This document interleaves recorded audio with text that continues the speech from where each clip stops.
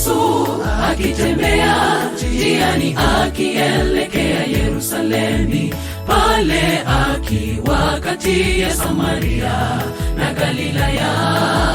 Alifika pale akakuta wakoma katika kijiji, wakasimama mbali wakisema, Bwana tuhurumie. Ndipo Yesu akitembea njiani akielekea Yerusalemu, pale akiwa kati ya Samaria na Galilaya.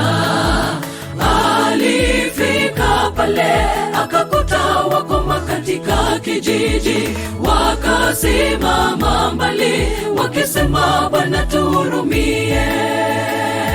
Yesu mwenye upendo aliyetenda makuu sana, hakuwa na mipaka kama Wayahudi na Wasamaria.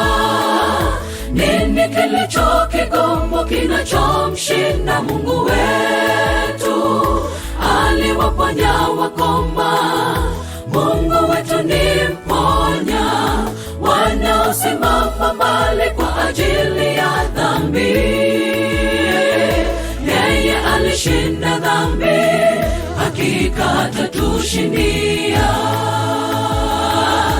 Yesu mwenye upendo aliyetenda makuu sana, hakuwa na mipaka kama Wayahudi na Wasamaria. Nini kilicho kigumu kinachomshinda Mungu wetu? Aliwaponya wakoma. Mungu wetu ni mponya wanaosimama mbali kwa ajili ya dhambi. Yeye alishinda dhambi, hakika atatushindia.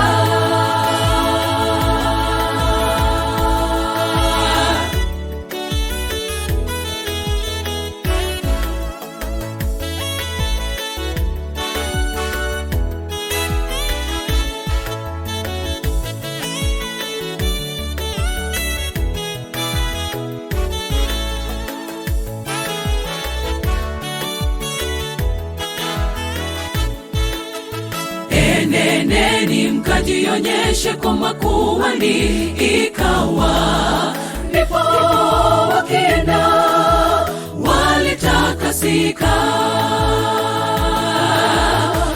Neneni mkajionyeshe kwa makuhani. Ikawa ndipo wakienda walitakasika.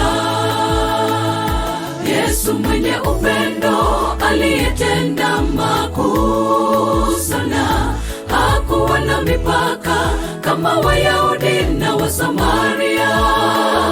Nini kilicho kigumu kinachomshinda Mungu wetu? Aliwaponya wakoma. Mungu wetu ni mponya wanaosimama mbali kwa ajili ya dhambi. Yeye alishinda dhambi, hakika atatushindia.